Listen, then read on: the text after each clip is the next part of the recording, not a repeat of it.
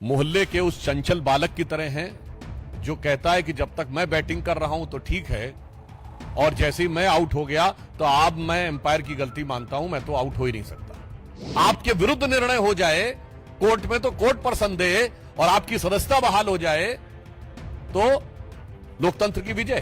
कि कांग्रेस पार्टी को देश से माफी मांगनी चाहिए कि कांग्रेस पार्टी अब पूरी तरीके से बेनकाब हो गई है और भारत के ऊपर, भारत की व्यवस्थाओं को कमजोर करने के लिए वो किसी भी सीमा तक जा सकते हैं। दुख की बात यह है कि वो लोग जो सदैव राम मंदिर के अभियान से द्वेष करते रहे और राम मंदिर निर्माण का क्लेश उनके मन में रहा, वो इस उजाले के पर्व में भी अपने मन के अंधकार को दूर करने में सफल नहीं हो रहे हैं।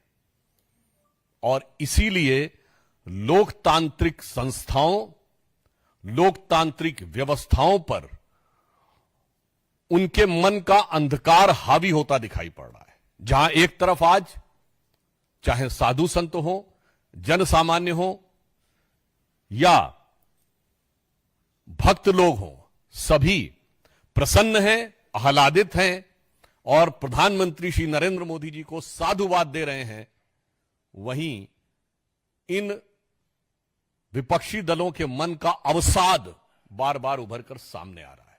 तो उनके लिए मैं कहना चाहूंगा कि जो सत्ता का मोह है आपके अंदर, जो हारने के बाद भी दिमाग से जा नहीं रहा है, तो सुंदरकांड में रावण को हनुमान जी ने एक संकेत दिया था।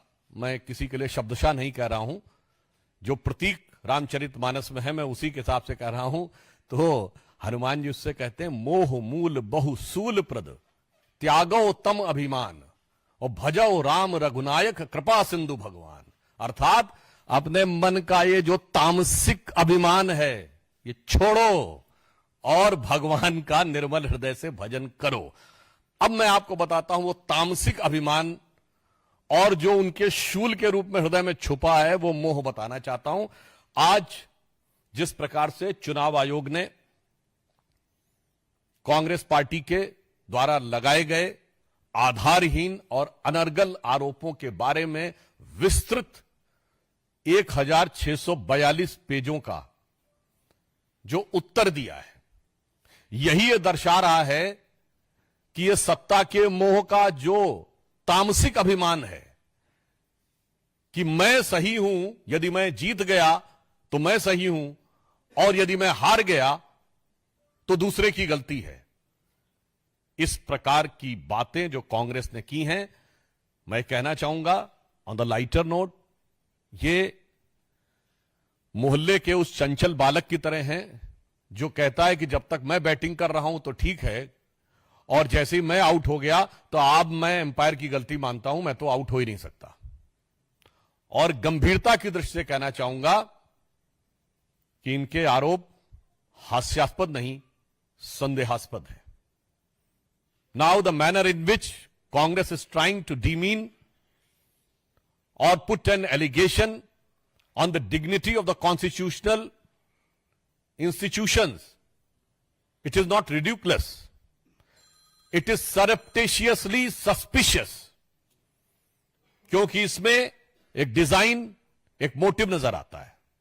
सबसे पहले मैं कांग्रेस पार्टी से पूछना चाहता हूं कि केवल आप हरियाणा के इर्द गिर्द देखिए, जम्मू कश्मीर में ईवीएम सही काम कर रही थी और पंजाब में ईवीएम ने सही काम किया, हिमाचल में ईवीएम ने सही काम किया और दिल्ली में ईवीएम ने सही काम किया, और एक राज्य बच गया हरियाणा के बगल में राजस्थान, जहां 2018 में सही काम किया था और 2023 में सही काम नहीं किया और केवल हरियाणा में गलत काम किया। मुझे लगता है 99 के नशे में सत्ता को अपनी मान लेने के अहंकार में जो नशे में गाड़ी चला रहे थे, उसके एक्सीडेंट के लिए दूसरे को दोष देने वाले बिगड़े दिल शहजादे जैसे दिमाग की मानसिकता से उन्हें बाहर आना चाहिए। देश की प्रबुद्ध जनता इस प्रकार के हास्यास्पद तर्कों को अब संदेहास्पद दृष्टि से देखने लगती है कि मात्र पिछले वर्ष तेलंगाना में भी चुनाव आयोग ने बहुत अच्छा काम किया, कर्नाटक में चुनाव आयोग ने बहुत अच्छा काम किया, पश्चिम बंगाल, तमिलनाडु में बहुत अच्छा काम किया, मगर और आपके अनुसार लोकसभा में बहुत अच्छा काम किया, परंतु जहां आप हार गए वहां के ऊपर सवाल उठा। वैसे बिंदुवार चुनाव आयोग ने उत्तर दिया है। यह एक तकनीकी और संवैधानिक संस्था के द्वारा दिए गए उत्तर के ऊपर मैं कोई टिप्पणी नहीं करना चाहता, मगर मैं इसके राजनीतिक और नैतिक पक्ष के बारे में पूछना चाहता हूं कि कांग्रेस पार्टी ने इस प्रकार की क्यों विचारधारा बना ली है कि वो भारत के लोकतंत्र को हर संस्था के बारे में संदेह उत्पन्न करके अराजकता क्यों उत्पन्न करना चाहते हैं। याद करिए, मात्र 1.5 साल पहले उन्होंने कहा था विदेश में जाकर कि democracy in India has finished, और उसमें उन्होंने जुडिशरी को भी ले लिया था। कभी मीडिया पर आरोप, कभी जुडिशरी पर आरोप। क्या यह सत्य नहीं है कि भारत की सेना के ऊपर संदेह, जबकि डीजीएमओ ने प्रेस कॉन्फ्रेंस की थी, भारत की वायुसेना पर संदेह, भारत के सीएजी पर संदेह, आपके विरुद्ध निर्णय हो जाए कोर्ट में तो कोर्ट पर संदेह, और आपकी सदस्यता बहाल हो जाए तो लोकतंत्र की विजय। मैं देश की जनता से गंभीरता से कहना चाहता हूं कि अभी मात्र कुछ दिन पहले आपने देखा होगा कि उनके सबसे प्रमुख नेता और सदैव उद्वेलित रहने वाले नेता ने कहा कि मैं अनऑफिशियल एमपी रहूंगा।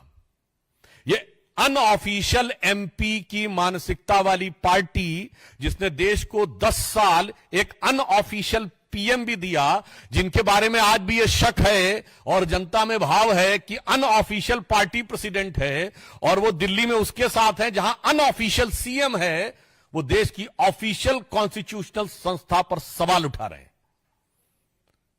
मैं देश की जनता से कहना चाहता हूं कि इन लोगों के विचार के कारण लोकतंत्र खतरे में है। क्या यह संभव है कि किसी संसदीय क्षेत्र में कोई दूसरा व्यक्ति कहे कि यहां से प्रतिनिधि कोई और है मगर यह मेरा क्षेत्र है? जैसे हम सब ने सुना कि सरकार की शपथ कोई और ले रहा है और माना जा रहा है चला कोई और रहा है, पार्टी का अध्यक्ष पद कोई और है और चला कोई और रहा है। इसके तमाम प्रकार के उदाहरण हैं, और दिल्ली में तो यह भी उदाहरण देखने को मिल रहा है कि अपने मुंह से कह रहे हैं कि असली सीएम कोई और है। मुझे लगता है ऐसे विचारों से देश की जनता को अब सावधान और सतर्क रहने की आवश्यकता है। अब विषय यह नहीं है कि हम इनको हंसी में उड़ाएं या बचकाने ढंग से बात करें। देश की हर संस्था के बारे में आक्षेप लगाना, क्या यही कांग्रेस पार्टी नहीं है जिसने कहा था कि एसबीआई बर्बाद हो गई, एलआईसी बर्बाद हो गई? एलआईसी ने पिछले तिमाही में all time high profit gain किया है। स्टेट बैंक ऑफ इंडिया ने पिछले तिमाही में all time high profit gain किया है, प्राइवेट और वो मिलाकर। एचएएल बर्बाद हो गई, इन्होंने कहा था। देश की हर संस्था के बारे में आक्षेप करना यह किसी भयानक संदेहास्पद डिजाइन का हिस्सा नजर आता है। इसलिए चुनाव आयोग के उत्तर के बाद हम ये अपेक्षा करते हैं कि कांग्रेस पार्टी को देश से माफी मांगनी चाहिए और आत्म अवलोकन करना चाहिए। आप चुनाव आयोग की बात नहीं मान रहे, अरे अपनी पार्टी के नेताओं की तो बात मानिए। तो कितने ही नेता ऑफिशियली बोल चुके हैं, कुछ एक तो हरियाणा के और कुछ लोग जो हैं वो अनऑफिशियली कितना बोल रहे हैं। तो मुझे लगता है कि हम देश की जनता से यह अनुरोध करना चाहते हैं कि इस दीपोत्सव के ऊपर, प्रकाश के पर्व के ऊपर आप अंधकार फैलाने वालों से सावधान रहें और कांग्रेस पार्टी के द्वारा भारतीय लोकतंत्र की गरिमा को कलंकित करने के प्रयास, और साफ शब्दों में कहें जिसके कारण संविधान के ऊपर, संवैधानिक व्यवस्था के ऊपर संकट उत्पन्न होता है, जिन्होंने अपनी पार्टी के संविधान के ऊपर आक्षेप किया, अगर वास्तविक शक्ति की बात करें, और जो देश के संविधान की बात करते हैं, खतरे की बात, तो इसलिए हम यह कहना चाहते हैं कि कांग्रेस पार्टी अब पूरी तरीके से बेनकाब हो गई है। कि लोकतंत्र की किसी भी व्यवस्था में उन्हें आस्था नहीं है और भारत के ऊपर भारत की व्यवस्थाओं को कमजोर करने के लिए वो किसी भी सीमा तक जा सकते हैं। तो मुझे लगता है शायद भारत के इतिहास में पहला मौका हुआ होगा जब इतना विस्तृत जवाब चुनाव आयोग की तरफ से आया हो और जिसमें एक सतर्कतापूर्ण टिप्पणी भी है कि इस प्रकार की चीजों से हिंसा को बढ़ावा मिल सकता है। और हमें लगता है कि कांग्रेस पार्टी के तमाम नेता जो इस प्रकार की बातें पहले बोल चुके हैं, जिसमें बांग्लादेश इत्यादि का रेफरेंस देते थे, तो उनके मन का मनोभाव यह हो सकता है। इसलिए मुझे लगता है कि वो पार्टी जो 2019 में सर्वोच्च न्यायालय को गलत कोट करने के लिए जिनके नेता को माफी मांगनी पड़ी थी, आज चुनाव आयोग के इस विस्तृत निर्णय के बाद उन्हें चुनाव आयोग नहीं, देश की जनता से माफी मांगनी चाहिए। वीके न्यूज, राष्ट्र के नाम।